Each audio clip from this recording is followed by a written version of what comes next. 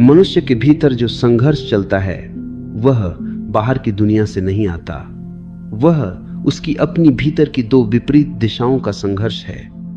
एक दिशा उसे नीचे की ओर खींचती है, आदतों की ओर, लतों की ओर, और दूसरी दिशा उसे ऊपर उठाना चाहती है, चेतना की ओर, मौन की ओर, प्रकाश की ओर।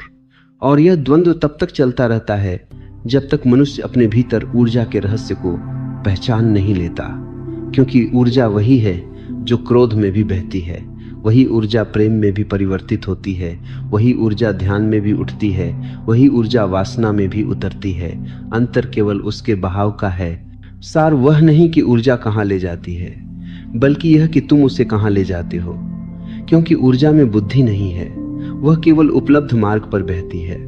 वह वहां जाती है जहां तुम्हारा मन उसे संकेत देता है।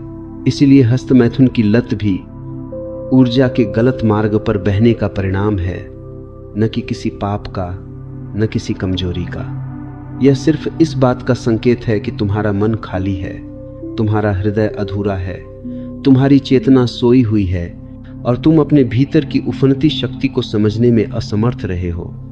जैसे कोई बच्चा आग से खेलता है, आग दोषी नहीं होती, बच्चा अनजान होता है। जब तुम इस ऊर्जा को सम्मान देना शुरू करते हो, उसके उठने को महसूस करते हो, उसकी लहरों को साक्षी होकर देखते हो, तब तुम पाते हो कि यह वही ऊर्जा है जो तुम्हें जीवंत बनाती है, तुम्हारी आंखों में चमक भरती है, तुम्हारी सांसों में संगीत लाती है। लेकिन जब यही ऊर्जा नीचे के केंद्रों में अटक जाती है, तब वह आदत में बदल जाती है।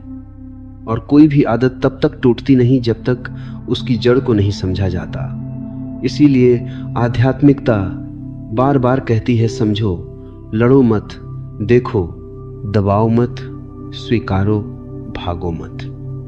क्योंकि जो स्वीकारता है वही रूपांतरित करता है।